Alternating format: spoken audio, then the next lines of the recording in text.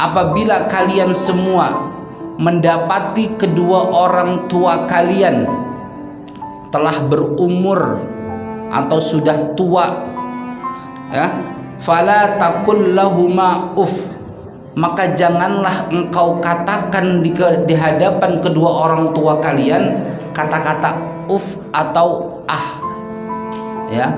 Kalau bahasa Arab itu bilangnya uff, itu seperti kayak penolakan, Bu. Dan kalau bahasa Indonesia mungkin kita bisa kata artikan ah, ya. Ini kenapa yang disebut di dalam ayat ini ketika mereka sudah tua. Karena apabila orang tua sudah memasuki umur-umur yang sudah tua, ya, itu pasti kelakuannya seperti kayak anak kecil, Bu. Entah itu dia pengen ditemenin terus, atau hanya makan sebenarnya dia bisa nyuap sendiri, cuman pengen disuapin sama anaknya, ya, mandi minta dimandiin. Maka dari itu di sini cobaan seorang anak, ya, cobaan seorang anak terhadap orang tuanya itu ketika masa tua. Maka dari itu Allah melarang kita berkata ah atau uf. Bahkan di dalam hadis Rasulullah Shallallahu Alaihi Wasallam dikatakan, law alimallahu syai'an adna minal uffi lanaha anhu. Apabila di sisi Allah ada kalimat yang jauh lebih rendah daripada kata uf, lanaha anhu, pasti Allah Subhanahu wa taala akan melarang kita untuk mengatakan itu kepada orang tua kita. Jadi kalimat uf ini udah paling rendah. Udah paling rendah. Mengatakan uf aja atau ah aja kita nggak boleh sama ke depan orang tua kita, apalagi lebih dari itu.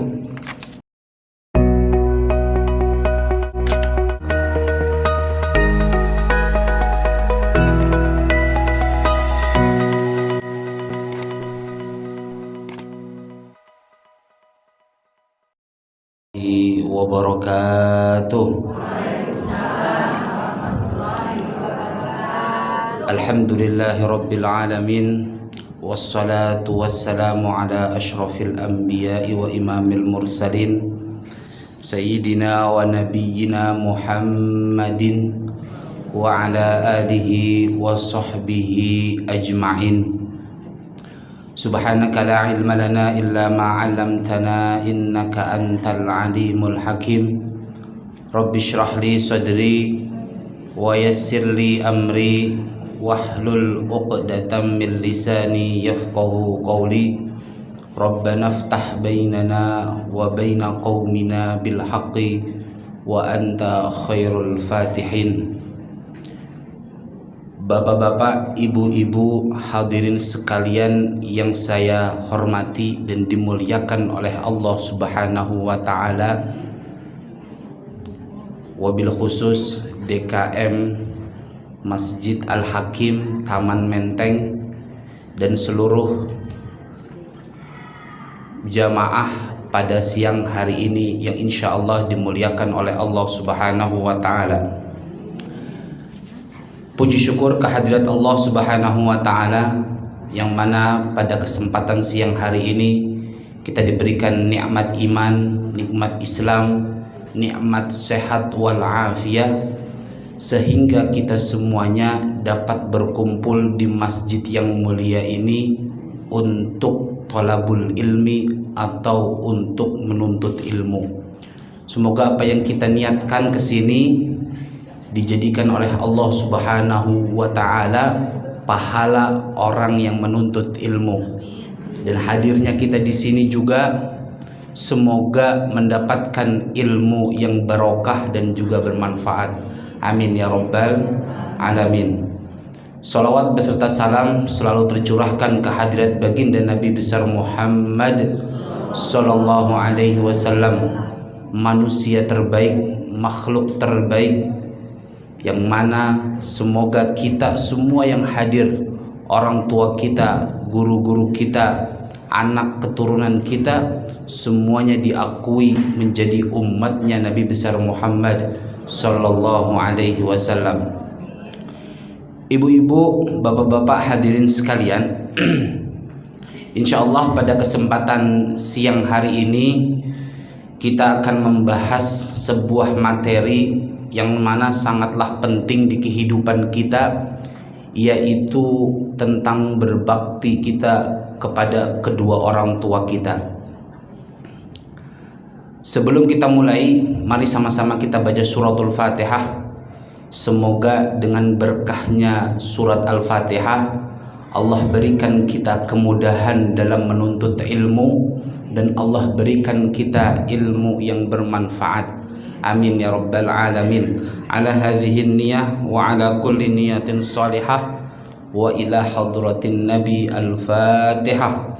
A'udzu billahi minasyaitonir rajim. Bismillahirrahmanirrahim. Alhamdulillahi rabbil alamin arrahmanir rahim maliki yaumiddin.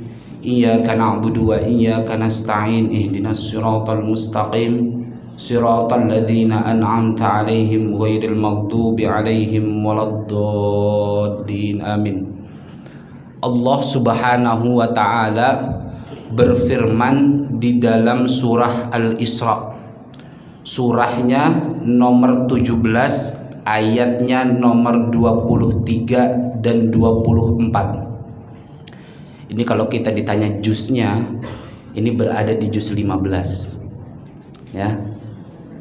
Allah berfirman, A'udzubillahi minasyaitonir rajim, wa qadha rabbuka alla ta'budu illa iyyahu wa bil walidaini ihsana. Wa qadha rabbuka, Tuhanmu yaitu Allah Subhanahu wa taala telah mewajibkan kepada kamu, kepada kalian semua, agar tidak menyembah Tuhan selain Allah Subhanahu wa taala. Wa bil walidaini ihsana, dan kepada kedua orang tua hendaknya kalian semua berbuat ihsan. Apa itu berbuat ihsan?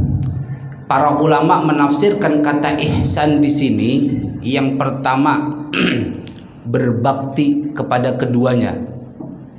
Yang kedua, tidak berkata kasar kepada keduanya. Dan yang ketiga, tidak pernah menolak apapun yang diperintahkan olehnya. Jadi kalimat ihsan di sini memiliki berapa makna, Bu? 3. Tadi yang pertama adalah berbakti kepada keduanya. Yang kedua, tidak berkata-kata kasar terhadapnya. Dan yang ketiga, tidak menolak apabila diperintahkan olehnya. Lihat di sini bagaimana derajatnya kedua orang tua kita di hadapan Allah Subhanahu wa taala. Kita disuruh berbakti kepada mereka berdua itu setelah perintah kita untuk beribadah kepada Allah atau mentauhidkan Allah. Pertama tadi kita dilarang untuk menyembah selain Allah. Setelah itu dilanjutkan di kalimat selanjutnya, dan kepada kedua orang tualah kamu harus hormat, harus berbakti kepadanya atau berbuat ihsan tadi. Ya. Di sini apabila ada orang yang bilang kita berbuat baik kepada kedua orang tua itu sebagai balas jasa kita kepada orang tua kita, itu kalau pendapat saya nggak setuju dengan orang yang mengatakan setiap perbuatan kita kepada orang tua kita itu sebagai balas budi kita kepada kedua orang tua kita. Enggak. Karena apa? Karena selamanya seorang anak tidak akan pernah bisa membalas budi kepada kedua orang tuanya. Balas budi atau balas jasa itu bisa kita artikan sejajar. Seumpama saya mentraktir ibu-ibu makan bakso, ya, kemudian besoknya ibu-ibu neraktir saya bakso, itu sejajar atau enggak, Bu? Sejajar atau enggak? Sejajar, karena sama-sama saya mengasihi ibu bakso, ibu juga traktir saya bakso. Itu yang disebut dengan balas jasa atau balas budi. Akan tetapi sama orang tua kita tidak akan pernah bisa. Kita ada di dunia ini berkat kedua orang tua kita. Apabila ibu-ibu berkat, kita juga tidak akan pernah bisa, ya, tidak akan pernah bisa membalas jasa-jasa kedua orang tua kita. Maka dari itu kata Rasulullah Shallallahu Alaihi Wasallam di dalam hadis sahih, beliau mengatakan kepada para sahabatnya, ala unabbiukum bi akbaril kabair, maukah engkau aku kasih tahu sebuah dosa besar yang sangat besar. Dosa besar yang sangat besar. Kata para sahabat, "Na'am ya Rasulullah." Apa itu dosa besar yang sangat besar? Asyirku billah wa uququl walidaini. Syirik kepada Allah dan juga durhaka kepada kedua orang tua. Lihat, tadi kita diperintahkan sama Allah untuk beribadah kepadanya dan tidak menyembah selain Allah. Kemudian kita juga dianjurkan atau diwajibkan untuk berbakti kepada kedua orang tua kita. Begitupun juga dalam hal dosa. Dosa yang tidak akan pernah Allah ampuni adalah syirik kepada Allah, menyembah selain Allah. Di situ pun juga digandeng dengan dosanya orang yang durhaka kepada kedua orang tuanya. Ini menunjukkan bahwasanya kedudukan kedua orang tua kita di hadapan Allah Subhanahu wa taala sangatlah mulia.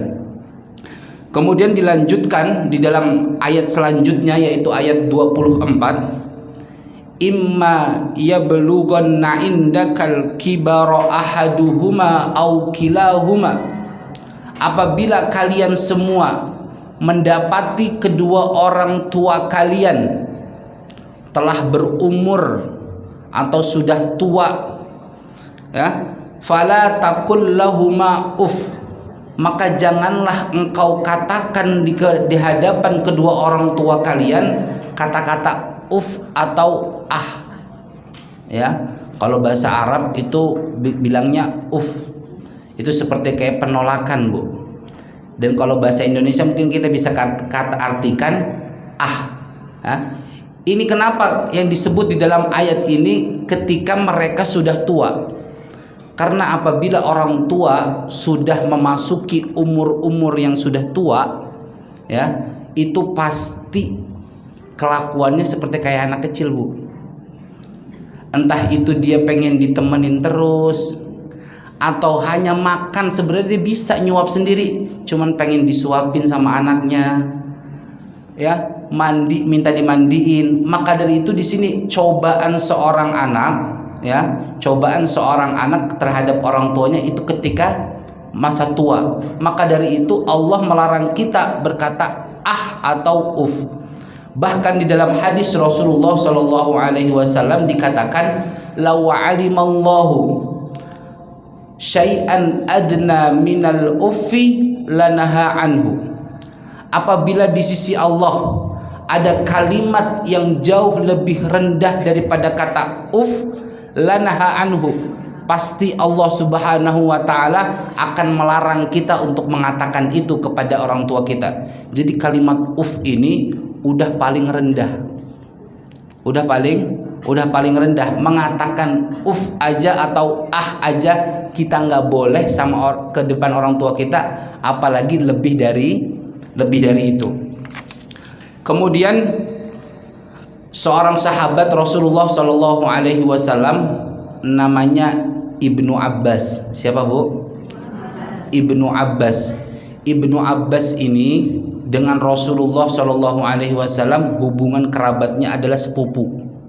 Akan tetapi umurnya jauh lebih tua Rasulullah Shallallahu Alaihi Wasallam, karena bapaknya sahabat Ibnu Abbas ini, yaitu Abbas, itu adik dari ayahnya Rasulullah yang bernama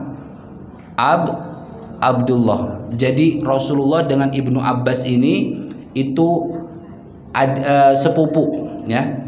Ibnu Abbas ketika masih kecil, mungkin umur 1 tahun atau 2 tahun, dibawa oleh orang tuanya ke hadapan Rasulullah Shallallahu Alaihi Wasallam untuk apa? Untuk didoakan. Jadi orang tuanya Ibnu Abbas ini minta sama Rasulullah agar Ibnu Abbas yang masih kecil ini didoakan oleh Rasulullah.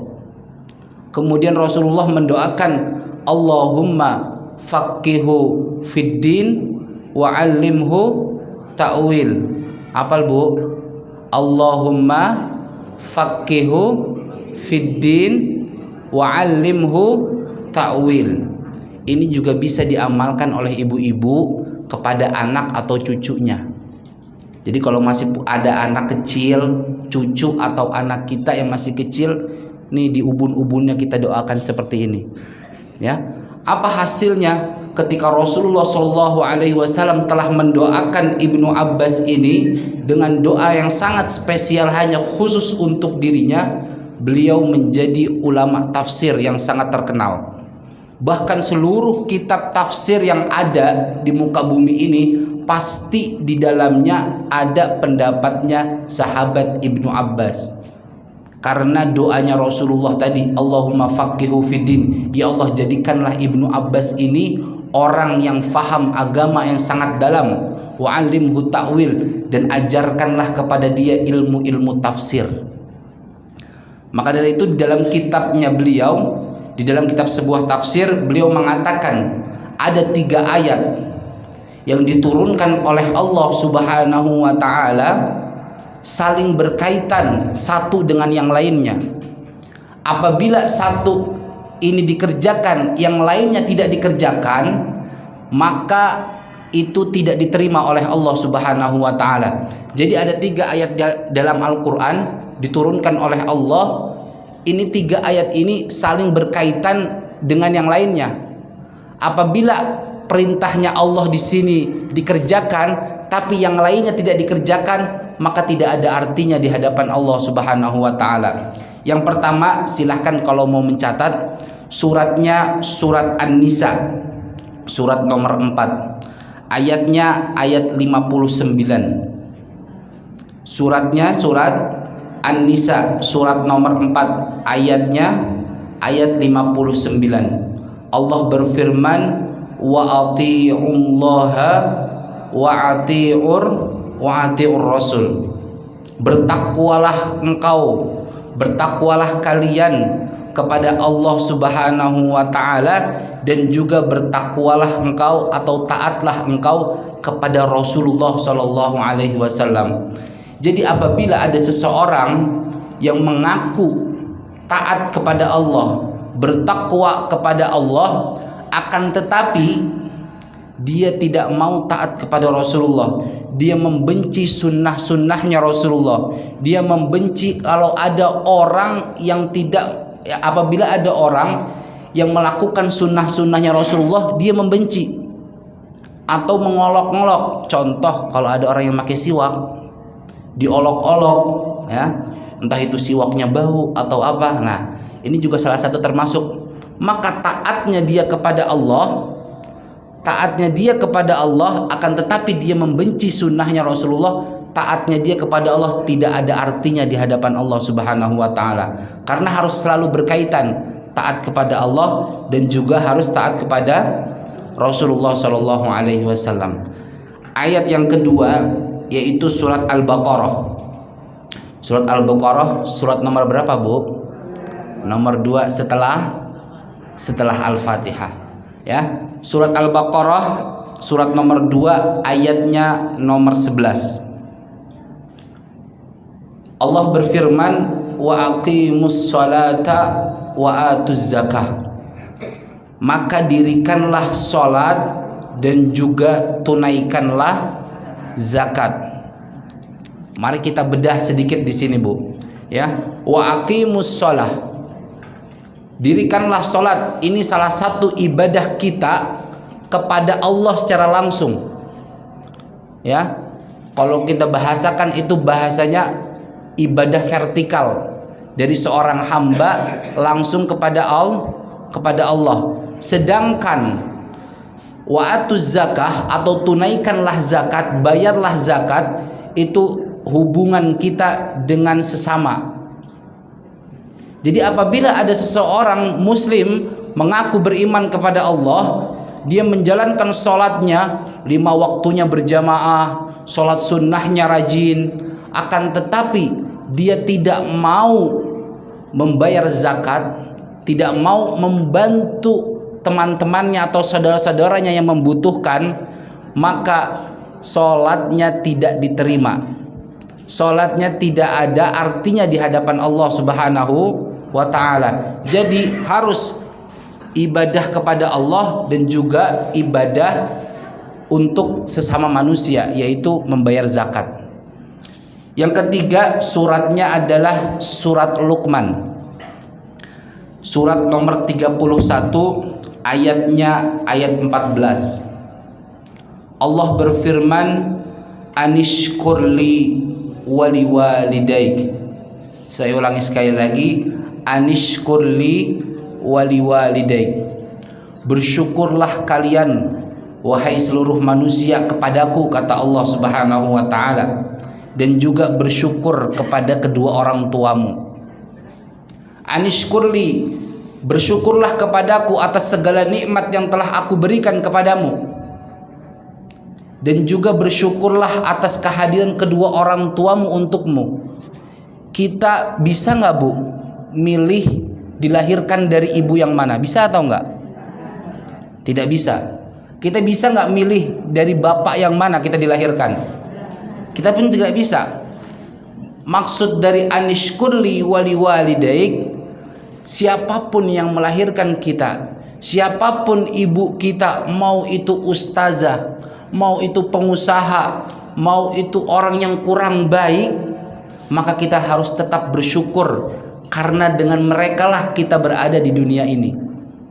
Barang siapa yang hanya bersyukur kepada Allah, akan tetapi dia tidak mau bersyukur kepada kedua orang tuanya, maka syukurnya dia di hadapan Allah tidak ada artinya. Nauzubillah summa nauzubillah. Ini juga selaras dengan hadis baginda Nabi besar Muhammad sallallahu alaihi wasallam, ridallah fi ridal walidain wa sukhtullah fi sukhtil walidain. Ridhonya Allah itu ada pada kedua orang tua, dan murkanya Allah itu juga terdapat pada murkanya kedua orang tua. Ada sebuah kisah, Bu. Ada sebuah kisah sahabat Abu Hurairah radhiyallahu taala anhu. Siapa, Bu? Abu Hurairah radhiyallahu taala anhu. Abu Hurairah ini mempunyai seorang ibu, ya, mempunyai seorang ibu. Pada suatu hari, ibunya Abu Hurairah ini memanggil Abu Hurairah, ya Aba Hurairah, ya Aba Hurairah, kata ibunya. Kemudian sahabat Abu Hurairah radhiyallahu taala anhu ini mengatakan, labbaiki ya ummi, aku penuhi panggilanmu wahai ibuku. Aku penuhi panggilanmu wahai ibuku. Ya, dengan bahasa yang sangat sopan itu, Bu. Labbaiki ya ummi, aku penuhi panggilanmu. Sama seperti kita kalau lagi umroh, labbaik Allahumma labbaik. Perkataan ini sangatlah sopan. Akan tetapi setelah sahabat Abu Hurairah mengatakan ini, beliau terdiam sejenak, memikirkan apa yang telah ia katakan kepada ibunya. Tidak ada yang salah dalam hal ini. Ternyata beliau merasa, sahabat Abu Hurairah ini merasa ketika mengatakan labbaiki ya ummi, suaranya itu lebih kencang daripada suara ibunya ketika memanggil. Beliau langsung meminta maaf kepada ibunya dan beristighfar kepada Allah atas segala dosa-dosanya itu. Sampai segitunya seorang sahabat, padahal beliau sudah mengatakan dengan baik. Hanya saja beliau ini merasa suaranya lebih besar daripada ibunya. Apa yang beliau lakukan setelah itu? Setelah beliau beristighfar, beliau berangkat ke pasar membeli budak untuk dibebaskan. Karena pahala membebaskan budak atau memerdekakan budak itu sangatlah luar biasa. Kalau sekarang kita sudah tidak ada budak, Bu. Ya. Jadi sahabat Abu Hurairah ini membebaskan 2 budak. Untuk apa? Penebusan dosa yang telah ia lakukan, yaitu mengangkat suara lebih tinggi daripada ibunya. Beliau teringat dengan firman-Nya Allah, innal hasanati yudhibna sayyiat, bahwasanya sesungguhnya kebaikan itu bisa menghapuskan kesalahan atau keburukan. Jadi mungkin sebagai penebusan kita juga bisa mengikuti ini, innal hasanati yudhibna sayyiat. Apabila kita mungkin pernah berbuat dosa, kita bisa tebus dosa itu dengan kita melakukan kebaikan yang lainnya. Kemudian salah satu pentingnya kita untuk berbakti kepada kedua orang tua kita ini juga digambarkan oleh Rasulullah SAW dengan melebihi pahala jihad di jalan Allah. Kira-kira kita kalau berjihad di jalan Allah baik atau enggak, Bu? Baik atau enggak? Pernah ada seorang pemuda mendatangi Rasulullah SAW untuk meminta izin kepada beliau agar diajak untuk ikut berperang di jalan Allah. Berperang di jalan Allah, apabila dia mati atau dia mati syahid, itu matinya sudah pasti masuk surga. Akan tetapi di sini Rasulullah tidak serta-merta langsung mengizinkan apa yang ia minta. Dia minta izin, ya wahai Rasulullah, izinkan aku berperang bersamamu. Akan tetapi enggak serta-merta Rasulullah SAW langsung mengizinkan. Beliau bertanya dulu kepada pemuda ini, ahayyun walidak, apakah kedua orang tuamu atau salah satunya masih hidup? Kemudian beliau menjawab, masih hidup wahai Rasulullah. Beliau melanjutkan Rasulullah SAW, fafihima fajahid, kepada keduanya lah engkau berjihad.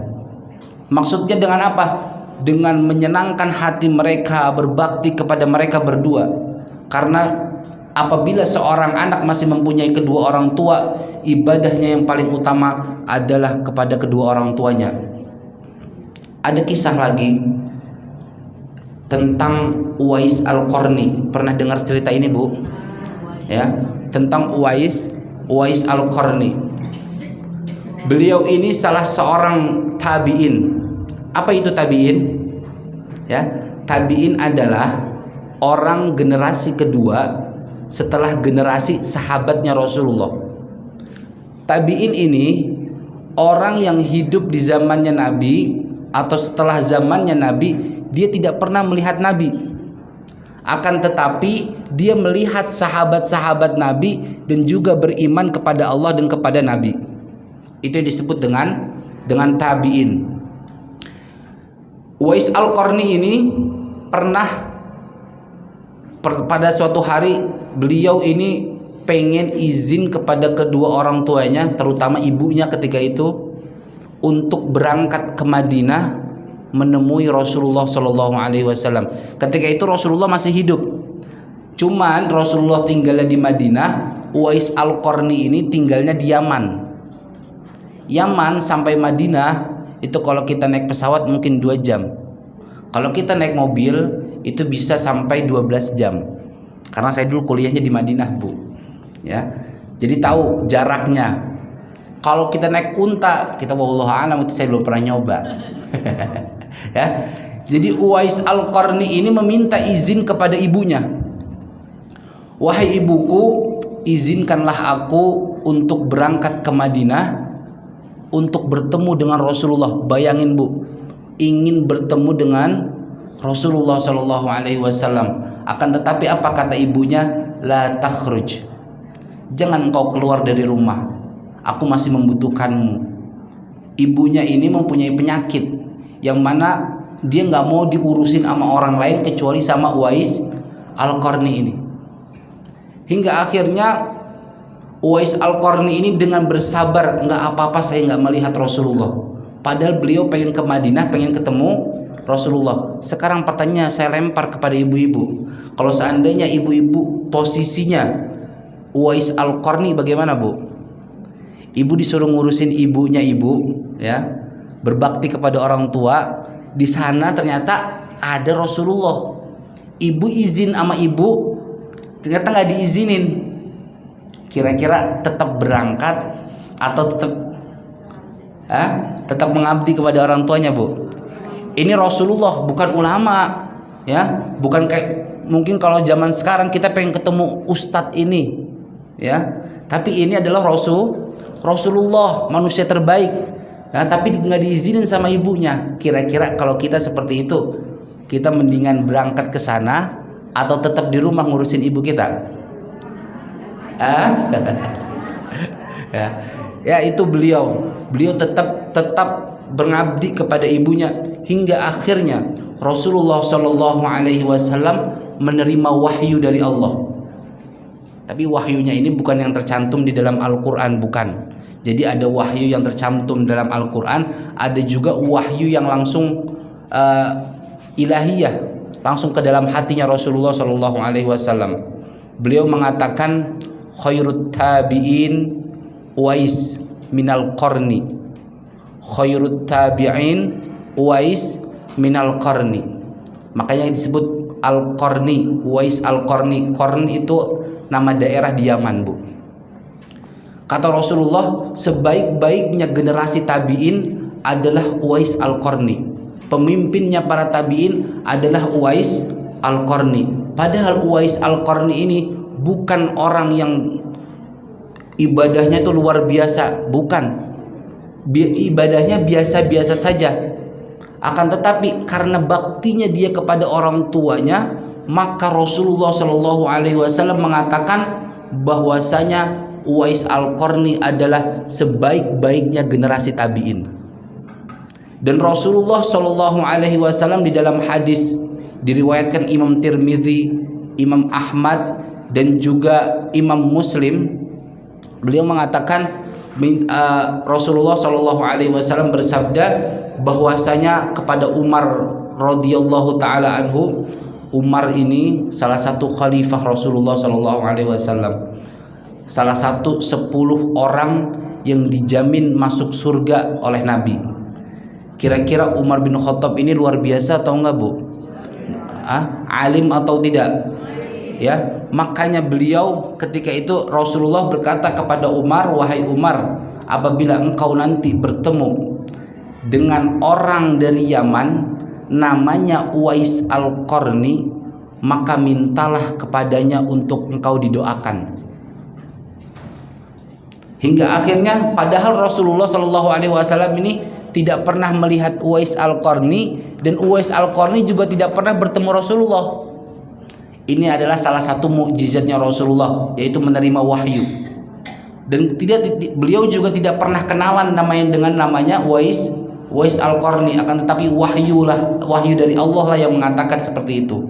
Ada seorang pemuda di pelosok negeri Yaman namanya Uwais Al-Qarni. Maka Umar bin Khattab radhiyallahu taala anhu setelah Rasulullah wafat, khalifah berpindah kepada Abu Bakar. Setelah Abu Bakar wafat, yang menjadi khalifah atau presiden kalau kita nyebutnya sekarang, yang menjadi presiden itu adalah Umar bin Khattab radhiyallahu taala anhu. Apa yang beliau katakan? Setiap ada gerombolan atau kabilah-kabilah dari Yaman yang itu datang mau haji ataupun mau berdagang di Mekah ataupun di Madinah, yang beliau katakan, afikum Uwais, apakah ada dari salah satu dari kalian yang namanya Uwais? Apakah ada dari kalian yang namanya Uwais? Ketika itu tidak ada. Hingga akhirnya beberapa saat kemudian, minggu berganti, bulan berganti, tahun berganti, ada segerombolan orang dari Yaman, dan beliau bertanya lagi, afikum Uwais minal qarn?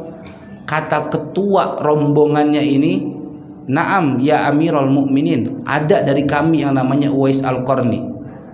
Mana dia?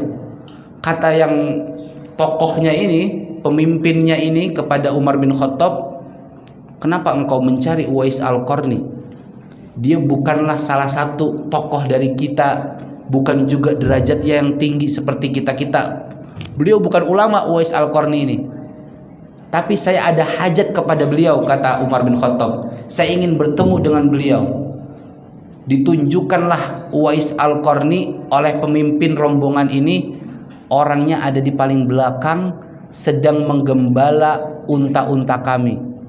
Jadi perjalanan dari Yaman menuju ke Madinah itu perlu istirahat. Dan unta-untanya itu yang ngasih makan adalah Uwais Al-Qarni. Itu bukan seorang yang ulama atau seorang yang terpandang ketika itu. Hingga akhirnya Umar bin Khattab radhiyallahu taala anhu menemui Uwais Al-Qarni dan berkata, "Anta Uwais Al-Qarni?" "Na'am, ana Uwais Al-Qarni." "Wa anta minal qarn?" "Na'am, ana minal qarn." "Ud'ullaha li." Kata Umar bin Khattab. Lihat Umar bin Khattab, sekelas Umar bin Khattab radhiyallahu taala anhu, Amirul Mukminin, sahabat yang dijamin masuk surga, meminta doa kepada Uwais Al-Qarni. Ketika itu Uwais Al-Qarni terkaget-kaget. "Anta Amirul Mukminin, minta doa kepada saya? Engkau pemimpinnya kaum muslimin, engkau presidennya kaum muslimin, meminta doa kepada saya?" "Na'am," kata Umar bin Khattab. "Sami'tu Rasulullah sallallahu alaihi wasallam berkata kepadaku, aku pernah mendengar Rasulullah berkata, apabila engkau bertemu dengan seseorang yang bernama Uwais Al-Qarni dari Yaman, maka mintalah kepadanya untuk didoakan." Maka setelah itu juga Uwais Al-Qarni mendoakan Umar bin Khattab dengan mengatakan, "Allahumma gfir li Umar." Jadi kita juga bisa mencontoh, Bu, apabila kita ketemu ustadz, ketemu sahabat-sahabat kita, minta didoain. Karena kita nggak tahu doa mana yang terkabul dari sana. Ya, minta doakan, terutama doakan supaya dosa-dosa kita diampuni. Karena ketika dosa kita telah diampuni, maka doa-doa kita yang kita panjatkan itu akan tembus ke langit menuju ke Allah Subhanahu wa taala. Lebih cepat dikabulkannya orang yang tidak ada dosanya dibanding orang ada dosanya. Jadi itu Uwais Al-Qarni ini bukan orang yang istimewa dalam beribadah, bukan yang istimewa dalam sedekah, akan tetapi baktinya beliau kepada ibunya membuat dia mendapatkan derajat yang sangat mulia di sisi Allah Subhanahu wa taala, bahkan sampai disebut oleh Rasulullah sallallahu alaihi wasallam. Kita lanjutkan. Kemudian dalam hadis lain, dalam hadis sahih, Rasulullah sallallahu alaihi wasallam pernah ditanya oleh para sahabatnya, "Ya Rasulullah, man ahaqqun nas bi husni suhbati?" Kalau kita tafsirkan atau kita artikan dengan bahasa kita, wahai Rasulullah, siapa manusia yang paling berhak mendapatkan kasih sayangku? Siapa manusia yang paling berhak mendapatkan hadiah dariku? Siapa manusia yang paling berhak aku kecup tangannya sebelum tangan orang lain? Siapa manusia yang paling berhak mendapatkan segala waktu luangku, uangku, dan segala macam kebaikan-kebaikan dari diriku? Kata Rasulullah, ummuka, ibumu yang paling pertama kali untuk berhak mendapatkan itu. Kemudian orang ini bertanya lagi, summaman, ummuka, ummuka, ummuka, sampai 3 kali Rasulullah Shallallahu Alaihi Wasallam mengatakan itu. Kemudian summaman, setelah Rasulullah mengatakan ibumu, ibumu, ibumu, barulah Rasulullah mengatakan abuka. Baru setelah itu bapakmu. Summaman, kata beliau, bertanya lagi kepada Nabi, siapa lagi setelah itu wahai Rasulullah, setelah ibu dan setelah bapak? Summal aqrabu fal aqrab. Kemudian kerabat-kerabat terdekat kita. Dan dalam hadis lain juga dikatakan al khalah bimanzilatil tante-tante kita itu apabila orang tua kita sudah meninggal, dialah yang menggantikan ibu kita. Maka kita harus sambung silaturahim kepada mereka. Ini Ibu, Bapak hadirin sekalian, begitu pentingnya terutama kepada ibu. Cerita sedikit tahadus bin ni'mah. Saya ini kuliah di Madinah berangkat tahun 2019. Saya daftar kuliah di Madinah itu dari 2017, Bu. Sebelum saya daftar ke Madinah, saya daftar kuliah di Kairo University, Mesir. Ketika itu tesnya di UIN Ciputat. Saya datang bersama 7 orang teman saya. Kita selama 2 minggu sebelum tes masuk ke Al-Azhar Kairo ini, 7-7-nya ini belajar 2 minggu dengan bimbingan ustadz-ustadz kami. Supaya apa? Supaya bisa menjawab soal-soalnya. Dan ketika ujian berlangsung, itu kan soalnya boleh dibawa pulang. Jadi kita sepakat tuh sama teman-teman saya yang lain, nanti kalau kita jawab tolong dibunder-bunderin ya, di kertas soalnya ditanda-tandain. Nanti setelah ujian kita bisa koreksi bersama ustadz-ustadz kita. Oke, siap, kata teman-teman saya dan juga saya. Kami bertuju tes bareng-bareng. Setelah tes, kami keluar dari ruangan langsung nemuin ustadz-ustadz kami untuk dikoreksi jawaban kita ini, siapa yang banyak benernya atau banyak salahnya, kira-kira lulus atau enggak kita. Itu demi Allah Bu, nilai saya lebih bagus daripada teman-teman saya. Nilai saya lebih bagus daripada teman-teman saya. Akan tetapi ketika pengumuman kelulusan, hanya saya yang enggak lulus ya. Jadi di Mesir ini, ketika saya berangkat mau ke Mesir, ujian di Mesir, teman saya 6-6-nya lulus dan semuanya sudah berangkat ke sana. Sedangkan saya sendiri tidak lulus. Padahal nilai saya juga bagus, lebih bagus daripada teman-teman saya. Setelah saya ya, jadi itu ujiannya itu ABC. Ya, ujiannya itu kayak anak SD Bu, ABC. Kalau salah itu kita ketahuan. Kita pulang, waktu itu saya pulang, saya telepon ustadz saya. Kenapa saya bisa nggak lulus ustadz? Sedangkan nilai saya lebih bagus daripada teman-teman saya. Coba diingat-ingat sebelum ujian tadi kamu ngapain? Sudahkah kamu minta doa kepada orang tuamu? Sudahkah engkau meminta ridho kepada orang tuamu? Disitulah Bu, ya, pelajaran paling penting dalam hidup saya. Bahwasanya waktu itu orang tua saya enggak mau saya kuliah di Al-Azhar. Ya, beliau maunya saya kuliahnya di Madinah. Kenapa saya maunya kuliah di Madinah? Karena kuliah di Madinah itu gratis. Ya, kuliah di Madinah itu gratis. Yang kedua, bisa umroh berkali-kali, bisa haji berkali-kali. Itu keinginan orang tua saya. Dan saya ketika itu kepengen ke Mesir. Kenapa? Karena teman-teman saya juga pada ke Mesir, dan banyak ustadz-ustadz yang luar biasa itu alumni Mesir, dan makanya saya pengen ke sana.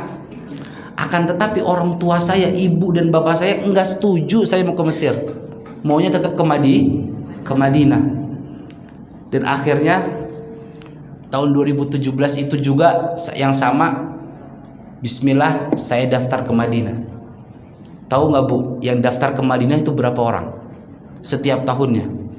Angkatan saya itu kurang lebih ada 5.000 orang yang daftar ke Madinah. Atau ada di sini salah satu ibu-ibu ada yang punya anak kuliah di Madinah Bu?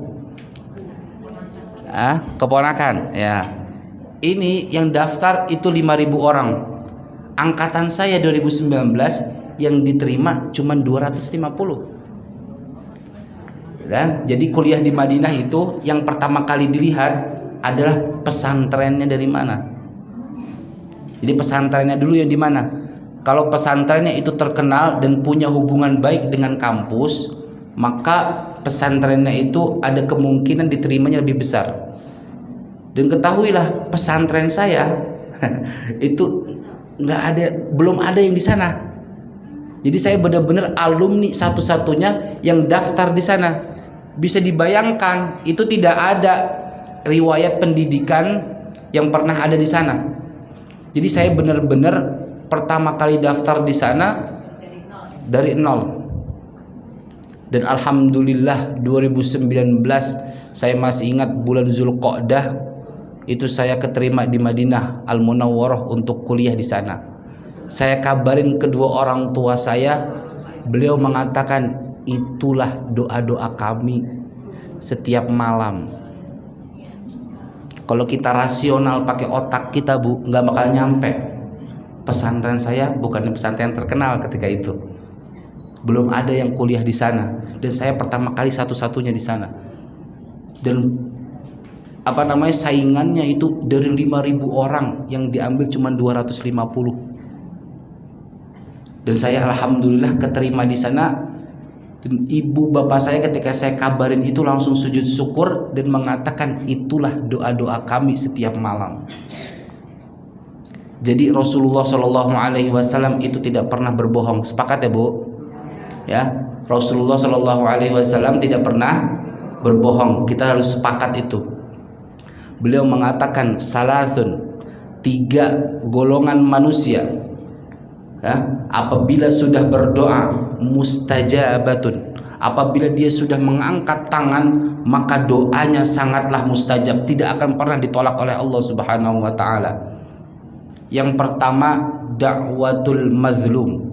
Yang pertama adalah orang yang terzolimi. Itu apabila sudah mengangkat tangannya maka doanya tidak akan pernah tertolak oleh Allah Subhanahu wa taala. Makanya hati-hati dengan orang-orang yang terzolimi. Jangan pernah kita menzolimi orang. Takutnya dia berdoa atau mengatakan sesuatu yang enggak baik, itu imbasnya kepada kita. Yang kedua da'watul musafir, orang yang berpergian. Mungkin ibu-ibu ada yang datang dari Jakarta Barat, ada yang datang dari Jakarta Selatan, ada yang dari Bogor, mungkin datang ke sini perjalanan untuk menuntut ilmu. Ini apabila ibu-ibu mengangkat tangan berdoa memohon kepada Allah, maka doa ibu-ibu ini mustajab. Makanya nanti sambil ngaji, sambil kajian, hatinya berdoa Bu. Doakan anaknya, doakan cucunya, atau apapun yang kita minta kepada Allah. Karena da'watul musafir itu sangatlah mustajab dan tidak akan pernah tertolak, kata Rasulullah SAW. Dan yang ketiga da'watul walid liwaladihi. Yang ketiga adalah doanya anak, doanya orang tua kepada anaknya. Itu tidak akan pernah tertolak, kata Rasulullah SAW. Mau ibunya itu ustazah, mau ibunya orang biasa aja, mau ibunya itu pengusaha, apabila dia sudah mengangkat tangannya meminta kepada Allah untuk kebaikan anaknya, maka Allah Subhanahu wa taala pasti akan mengabulkan doa-doanya. Dan itu yang saya rasakan. Ibu-ibu semuanya ini pasti mempunyai itu semua, ya, diberikan kelebihan oleh Allah. Apabila berdoa untuk anaknya itu langsung tembus ke langit, langsung mustajab, kata Rasulullah SAW. Itu tadi kisah yang bagus. Sekarang ada kisah yang buruk, ya, tentang doa orang tua juga. Yang pertama, ketika saya kuliah di Madinah, ada dosen menceritakan kepada kami, ada pemuda yang kuliah di luar negeri. Jadi ini orang Arab Saudi, kuliahnya tapi di luar negeri. Ketika pulang dari kuliahnya itu, liburanlah dia di negaranya dan berkata kepada ibunya, ketika itu udah malam, jam 8 malam. Dalam cerita dari syekh saya ini, beliau mengatakan, ibu, saya pengen nongkrong sama teman-teman saya pengen kumpul sama teman-teman saya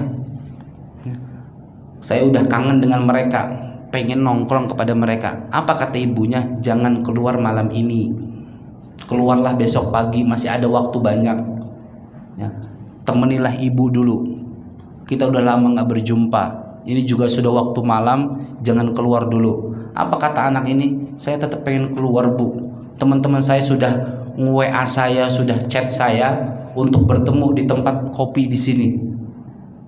Akhirnya setelah didesak terus, si ibu mengatakan, mungkin ibunya ini kesal kepada anak ini. Ibu ini mengatakan, ya sudah, keluarlah kamu dari rumah, sana ketemui teman-temanmu dan jangan pulang ke rumah. Tahu nggak Bu, jangan keluar dari rumah. Apa yang dikatakan oleh ibunya ini, dia selamanya nggak pulang ke rumah karena tabrakan di jalanan. Makanya ibu-ibu ini semua nih, ibu-ibu terutama ibu-ibu ini mulutnya bu, lisannya itu sangatlah tajam untuk anak-anaknya. Apabila mengatakan yang baik-baik, insya Allah akan terjadi. Apabila mengatakan yang buruk-buruk, itu juga nauzubillah bakal bisa terjadi juga. Salah satunya contoh tadi yang saya juga dan juga tadi orang tadi. Kita lanjutkan. Kemudian siksaan atau akibat orang yang durhaka kepada kedua orang tuanya. Yang pertama, orang yang durhaka kepada orang tuanya, dan salah satu, ya saya lupa menyampaikan, salah satu bentuk dosa besar atau dosa orang yang durhaka, ya, seorang anak dikatakan durhaka kepada orang tuanya. Ini hadis riwayat Imam Hakim. Nabi bersabda, "Idza tarakal abdu ad-du'a lil walidaini." Apabila ada seorang anak yang lupa atau tidak mendoakan kedua orang tuanya, fa innahu yanqati'ul waladi ar-rizqu fid dunya. Jadi apabila ada seorang anak yang lupa mendoakan kedua orang tuanya, atau dia tidak mau mendoakan orang tuanya, maka anak ini sendirilah yang menutup pintu rezekinya. Jadi dengan kita mendoakan kedua orang tua kita, mendoakan bapak ibu kita, itu Allah buka pintu rezeki kita dengan seluas-luasnya. Dengan saya kembali ke cerita sedikit. Jadi sebelum saya berangkat ke Madinah, saya itu ada di dalam hati keinginan mempunyai duit 3 juta per bulan tanpa capek bu, ketika itu. Namanya orang baru lulus sekolah, ya, orang baru lulus sekolah, belum pernah megang duit sebanyak itu. Ya Allah, saya pengen punya uang 3 juta tanpa capek. Ya, saya minta doakan sama ibu dan bapak saya. Ketika saya keterima di Madinah, beasiswa kami setiap bulan itu kalau kita rupiahkan kurang lebih 3,5 juta. Doa orang tua, ya, dan juga saya mendoakan kedua orang tua saya. Nah, jadi kalau kita mau dibuka pintu rezeki kita oleh Allah Subhanahu wa taala, maka jangan pernah lupa doakan kedua orang tua kita. Rabbighfirli wa liwalidayya warhamhuma kama rabbayani shaghira. Jadi salah satu bentuk orang yang durhaka kepada orang tuanya adalah tidak mendoakan keduanya. Kemudian orang yang durhaka kepada orang tuanya akan mendapatkan laknat dari Allah. Apa itu laknat? Laknat itu berhentinya rahmat dari Allah. Jadi apabila seseorang itu dilaknat oleh Allah, maka tidak ada rahmat Allah turun kepadanya. Meskipun dia mempunyai uang yang banyak, akan tetapi uangnya itu tidak ada keberkahan di dalamnya. Dapatnya gampang, keluarnya juga gampang. Dapatnya banyak, akan tetapi tidak berkah untuk hidupnya. Ini tersebut salah satu orang yang terhenti rahmat dari Allah Subhanahu wa taala. Apa kata Rasulullah sallallahu alaihi wasallam?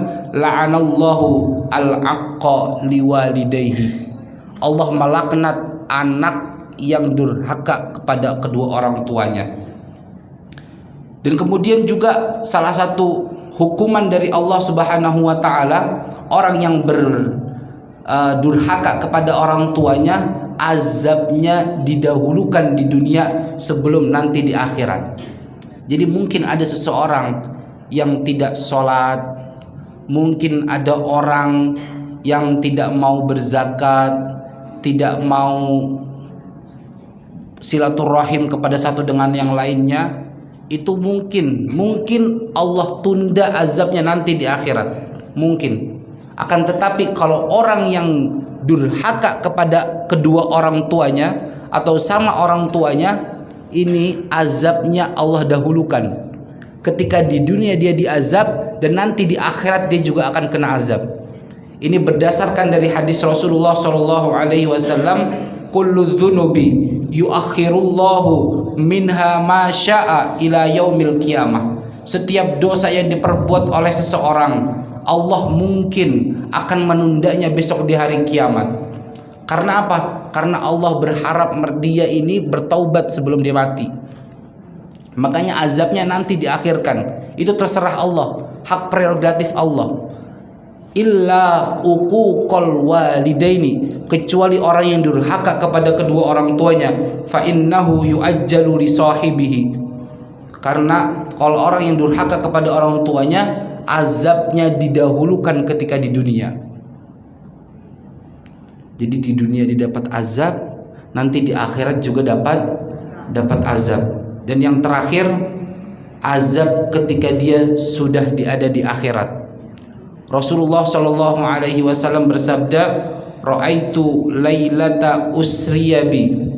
Aku melihat ketika aku sedang di Isra Mi'rajkan oleh Allah Subhanahu Wa Taala, aqwaman finnar, ada sekumpulan manusia di dalam neraka, mu'allaqina fi juzu'in minnar, yang mana orang-orang ini, sekumpulan orang ini kakinya digantung di pohon-pohon neraka.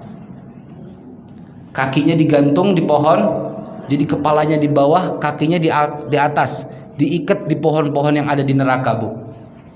Kata Rasulullah Shallallahu Alaihi Wasallam bertanya kepada malaikat Jibril, "Ya Jibril, man haula?"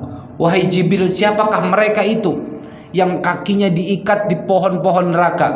Apa kata malaikat Jibril? Alladzina yashtumuna aba'ahum wa ummahatahum fid dunya.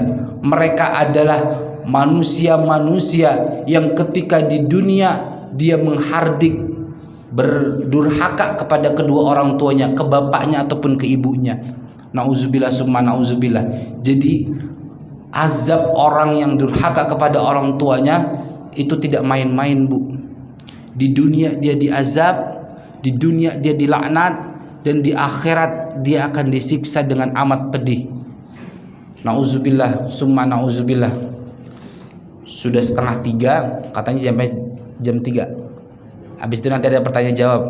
Sebelum saya tutup, habis ini ada tanya jawab, silahkan. Sebelum saya tutup, ada satu kisah lagi. Ini juga bisa kita ambil pelajaran di dalamnya.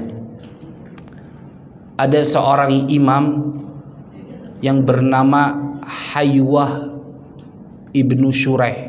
Siapa, Bu? Haywah bin Shuraih. Ya, ini dia salah satu ulama besar ketika itu. Mungkin ketika beliau mengajarkan suatu pengajian seperti ini, jamaahnya itu ribuan, yang ikut itu ribuan, karena saking alimnya beliau ini. Dan Haywah ini mempunyai ibu yang mungkin sudah tua, karena syekh ini sendiri umurnya sudah tua. Ibunya itu sudah tua, mungkin umurnya 80, 90 atau 100, dan di dalam kepalanya itu ada gangguan. Entah itu demensia ataupun pikun. Wallahu a'lam. Yang pasti ibunya Syekh Haywah ini ada gangguan di kepalanya. Pada suatu hari Syekh Haywah ini mengajar. Kita ilustrasikan seperti ini. Saya ngajar di sini, Bu. Syekh Haywah di sini. Kemudian ibunya ini datang ke masjid di tempat dia mengajar. Lewat jendela-jendela masjid. Ketika sampai di jendela masjid, ibunya berteriak kepada Haywah. Padahal nih ibu ada gangguan di kepalanya. Apa yang dikatakan? Ya Haywah, ya Haywah, wahai Haywah, ya wahai Haywah anakku. Kata Haywah ini, labbaiki ya ummi, aku penuhi panggilanmu. Ada apa ibuku? Apa kata ibunya? Kum ya Haywah, kum, wahai Haywah anakku, dirilah kamu dari tempat dudukmu. Fa'alqis sya'ira ilad dajaj, berikanlah makanan kepada ayam-ayam yang ada di rumah yang belum kamu makan. Ya, ibunya mengatakan seperti itu. Bangunlah engkau dari tempat dudukmu, tinggalkanlah kajianmu, kasih makan ayam di rumah yang belum makan. Kira-kira kalau seperti itu saya digituin sama ibu saya berdiri atau enggak Bu? Kira-kira aja Bu. Ya. Ini Syekh Haywah ketika ibunya mengatakan seperti itu, ya. Berdirilah kamu dari tempat dudukmu, kasih makan ayam di rumah yang belum makan. Beliau langsung berdiri, absyiri ya ummi. Ya. Baik ibuku, aku akan memberikan makan pada ayam. Dan beliau mengatakan kepada jamaahnya yang ribuan ketika itu yang datang, tadrisukum nafl, mengajar kepada kalian saya hukumnya sunnah, wa ta'atu ummi wajib, dan aku bertaat kepada ibuku hukumnya wajib. Karena taatku kepada ibuku ya taatku kepada Allah Subhanahu wa taala. Ridhonya ibuku ya ridhonya Allah, marahnya ibuku ya marahnya Allah. Maka apabila kalian masih ingin mendengar kajian dariku, maka tunggulah beberapa saat setelah aku selesai memberikan ayam untuk di rumah dan ibuku sudah izinkan aku untuk kembali ke sini. Kemudian beliau menggandeng ibunya di depan muridnya, nggak ada rasa malu, nggak ada rasa malu. Mungkin beberapa orang ketika diteriakin ibunya di depan umum, dia terasa malu.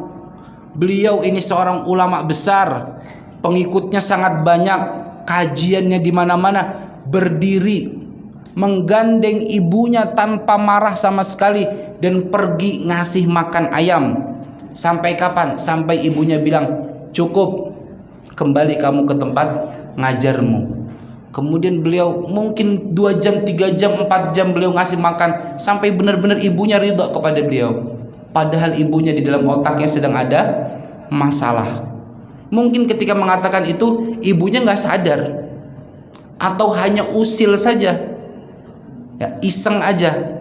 Tapi beliau sekelas beliau ulama yang sangat besar berdiri dari bangkunya dan memberikan makan ayam yang ada di rumah. Itulah kisah-kisah tentang orang-orang yang berbakti kepada orang tua. Dan terakhir sebelum saya tutup, birru abaakum tabarrukum abnaakum. Hadis baginda Nabi besar Muhammad SAW, berbaktilah kalian kepada orang tua kalian, maka niscaya anak-anak kalian juga akan berbakti kepada kalian. Kurang lebihnya mohon maaf. Wassalamualaikum warahmatullahi wabarakatuh. Terima kasih Ustaz atas kajiannya. Bagi ibu-ibu sekalian yang ingin bertanya, kami persilakan.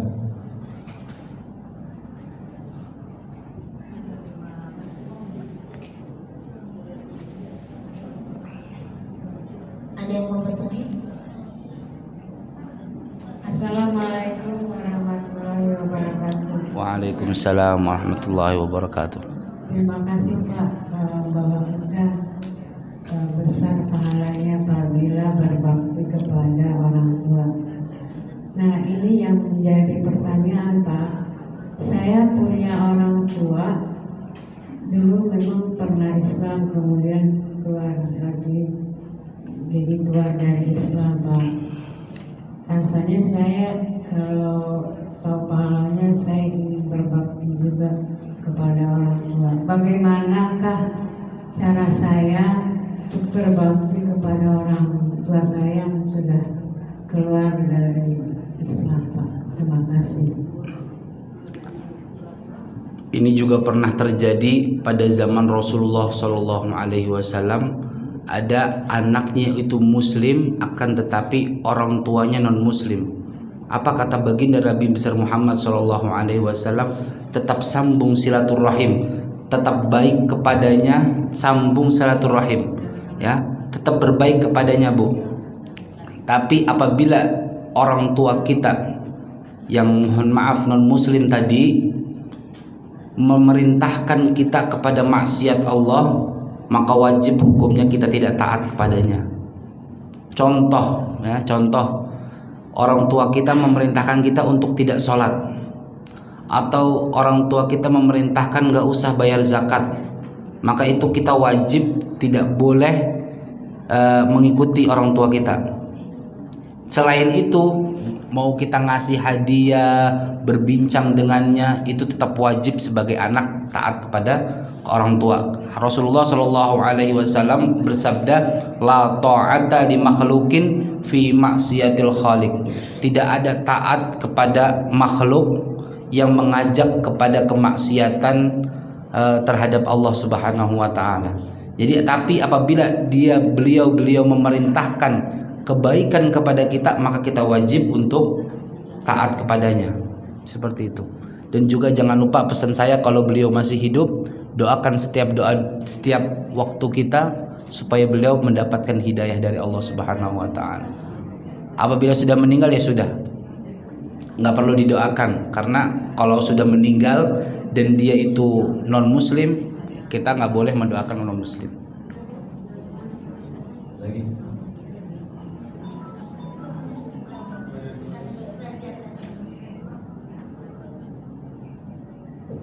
Bismillahirrahmanirrahim. Ustaz mau tanya, apa yang disebut dengan musafir? Apa doa musafir itu hanya orang yang jauh atau yang dekat? Perjalanannya maksudnya gitu. Bagaimana kalau kita setiap hari keluar naik kendaraan, terus kita kan di dalam kendaraan itu selalu baca, apa itu bisa disebut musafir? Terima kasih Ustaz. Musafir bisa kita bagi menjadi dua. Ada musafir yang atau mengkasar salat. Tapi setiap perjalanan kita, apalagi perjalanan, meskipun perjalanan itu dekat, dan tapi perjalanan itu membuat kita dekat dengan Allah. Contoh dengan mengaji di sini, Bu. Ikut kajian atau sambung silaturahim, datang ke rumah saudara, datang ke rumah teman untuk saling silaturahim, itu juga termasuk dikatakan musafir yang apabila berdoa maka doanya akan mustajab. Tapi apabila mau itu perjalanannya jauh, mau itu perjalanannya ke Mekah Madinah, akan tetapi di dalam hatinya ada keburukan, tujuan perjalanan ini ada keburukan di dalamnya, maka itu tidak masuk salah satu dakwatul musafir. Doanya ya akan sia-sia saja. Apabila berperjalanan atau berpergian dengan niat untuk maksiat kepada Allah, maka itu tidak termasuk apabila dia berdoa itu mendapatkan doa yang mustajab. Jadi mau dekat ataupun jauh, apabila perjalanannya itu untuk mendekatkan diri kepada Allah, maka doanya termasuk orang-orang yang mustajab. Seperti itu. Mau tanya Ustaz, terima kasih. Assalamualaikum warahmatullahi wabarakatuh. Waalaikumsalam. Yang akan saya tanyakan yaitu bagaimana cara menghadapi anak yang baru usianya sekitar 15 tahun yang durhaka kepada orang tua. Bahkan orang tuanya saking untuk menjaga anak ini tidak tantrum, dia tega, misalnya anak ini udah waktu sholat, udah disuruh sholat, terus nggak mau sholat supaya anaknya jangan ngamuk-ngamuk, udah dibiarin aja seperti itu. Apa hukumnya orang tua yang memperlakukan anak seperti itu? Sementara orang tua mau berbuat untuk tegas sama anaknya sudah tidak, boleh dikatakan sudah tidak ada daya upaya bagi orang tuanya, karena anaknya itu mungkin karena fisiknya sudah mulai kuat sampai dia mukul-mukul orang tuanya, menghancurkan barang di rumah. Itu apa upaya orang tuanya untuk menghadapi anak-anak seperti ini? Apalagi pengaruh HP sekarang ini benar-benar merusak kepribadian akhlak anak tersebut. Terima kasih atas penjelasannya Ustaz. Atau kalau ada tempat untuk ini anak tersebut, boleh kasih kira-kira mana bisa bawa anak seperti ini. Terima kasih Ustaz. Assalamualaikum warahmatullahi wabarakatuh. Baik, bismillah Ibu. Mari kita doakan semoga anaknya menjadi anak yang berbakti kepada orang tua. Itu yang pertama. Yang kedua, benar di dalam agama kita, apabila anak sudah masuk 7 tahun kita perintahkan dia untuk sholat. Ya, apabila sudah masuk 10 tahun kita perintahkan dia sholat dan dia tidak mau sholat, maka kita boleh memukulnya. Anak zaman sekarang apabila kita pukul, dia mukul balik, Bu. Bener nggak? Ya, apabila seperti itu dan dikhawatirkan seperti itu, maka cukup setiap waktu sholat datang, Bu, kita memerintahkan saja kepadanya, nak sholat. Dia mau sholat atau tidak, itu urusan dia. Tugas kita sebagai orang tua yang pertama memerintahkan dia untuk sholat. Dia mau atau tidak, itu urusan dia. Karena apabila kita bertingkah atau kita melakukan sesuatu yang lain, contoh akan memukulnya atau memarahinya, dia jauh lebih galak daripada kita. Ya, madharatnya lebih besar. Ya. Dan juga jangan lupa setiap habis sholat doakan dia. Ya, tadi yang saya bilang doanya ibu kepada anaknya itu mustajab. Ya, minta sama Allah semoga dia menjadi anak yang soleh, atau paling tidak mau sholat dan tidak durhaka kepada orang tuanya. Karena itu tugas orang tua. Anak kita mau menjalankan atau tidak, itu urusannya dia sama Allah. Karena nanti ketika nanti di akhirat kita akan ditanya bagaimana kita ngurusin anak kita.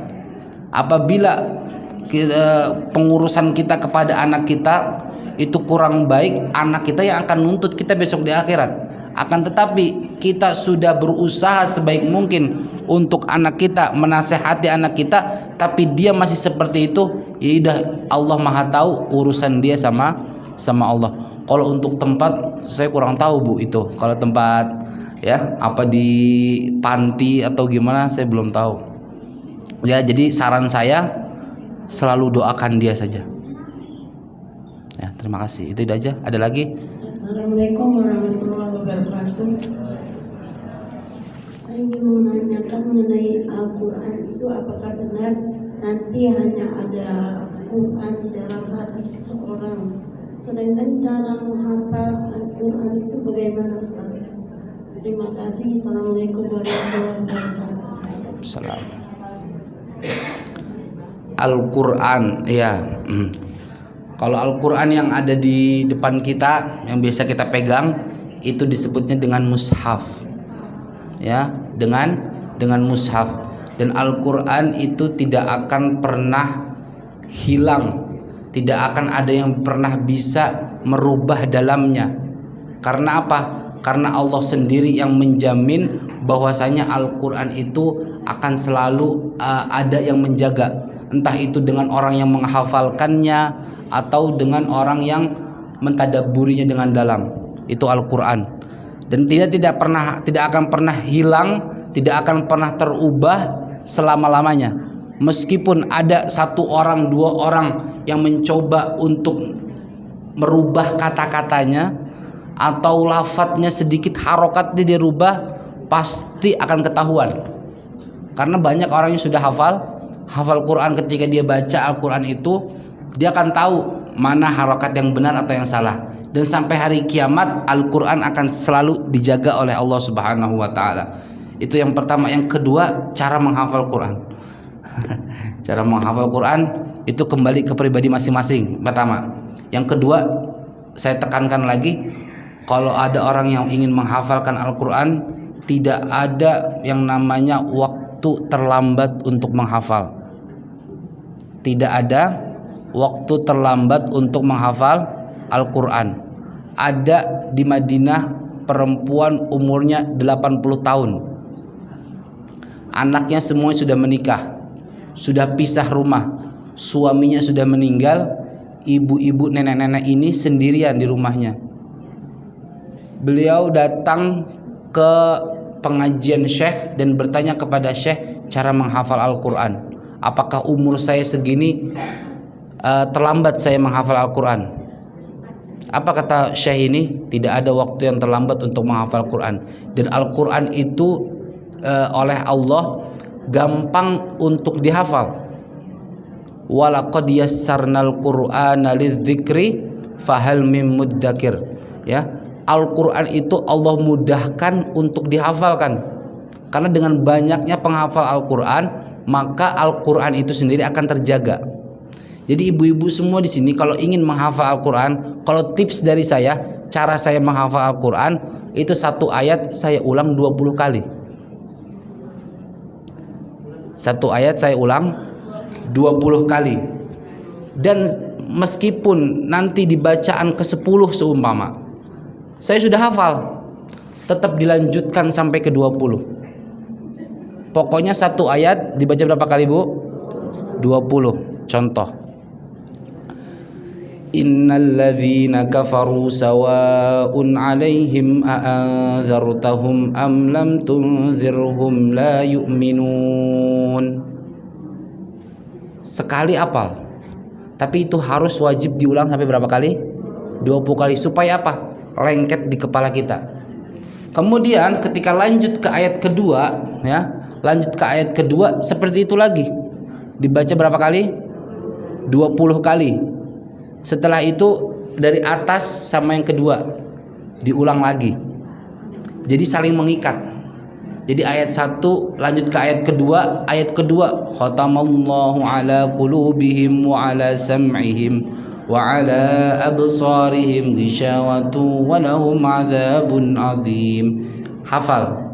Ayat 1 sama ayat 2 disambung. Begitu terus seterusnya sampai ayat yang paling terakhir. Mungkin kita satu hari, biasanya satu hari setengah halaman nggak apa-apa, Bu. Yang penting istiqomah. Sehari 5 ayat, seumpama sehari 5 ayat, nggak apa-apa 5 ayat ditelusuri terus, diulang-ulang. Ketika besok mau memulai hafalan yang baru, hafalan yang di atas baca lagi seminimal-minimalnya 10 kali. Baru lanjut yang selanjutnya. Dan tips terakhir, ya, saya ini harus segera pulang, Ibu, ya.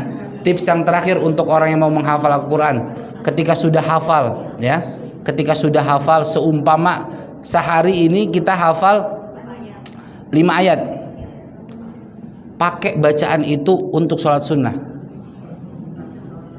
Pakai bacaan itu untuk sholat sunnah. Seumpama sholat sunnah rakaat pertama baca tadi innal ladzina kafaru sampai 5 ayat, ya. Rakaat kedua baca itu lagi juga nggak masalah. Jadi kalau hafalan yang kita pakai untuk sholat itu insya Allah jadi kuat lengketnya di sini. Seperti itu. Semoga Allah mudahkan untuk menghafal Al-Quran, Ibu, ya. Tapi harus diperbaiki niatnya ketika mau menghafal Quran. Harus karena Allah. Mungkin dulu saya waktu saya menghafal Quran itu umur 7 tahun. Saya pesantren itu umur 6 tahun. Lulus TK. Saya pesantren untuk menghafal Quran ketika itu. Pesantren saya di Yanbu'ul Quran Kudus, Jawa Tengah.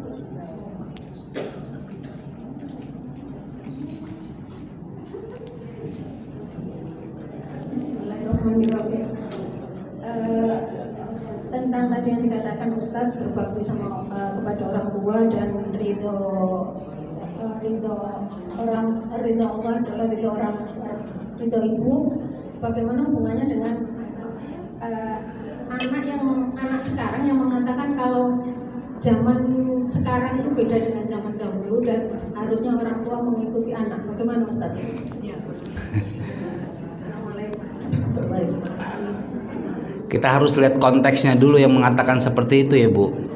Maksud dari sini birrul walidain itu, ya, segala apapun yang dikatakan oleh kedua orang tua kita, selama dia tidak bermaksiat kepada Allah maka wajib diturutin, ya.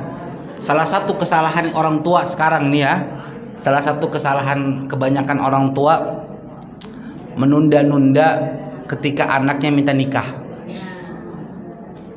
Menunda-nunda ketika anaknya minta nikah.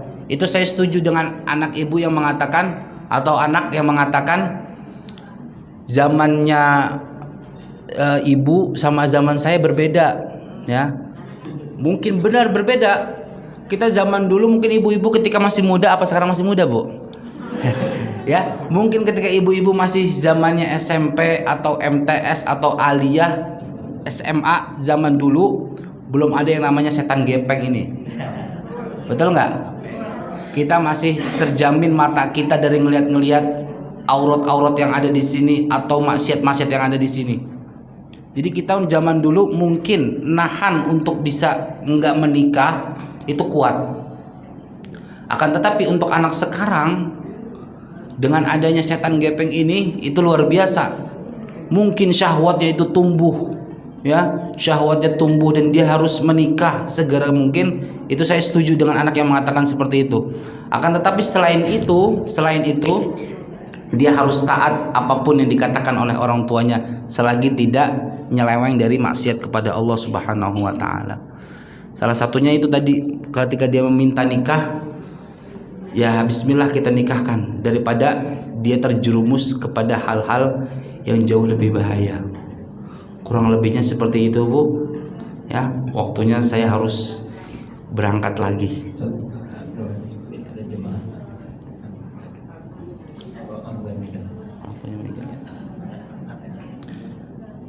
Baik, ibu-ibu sekalian, ini ada jamaah katanya orang tuanya meninggal.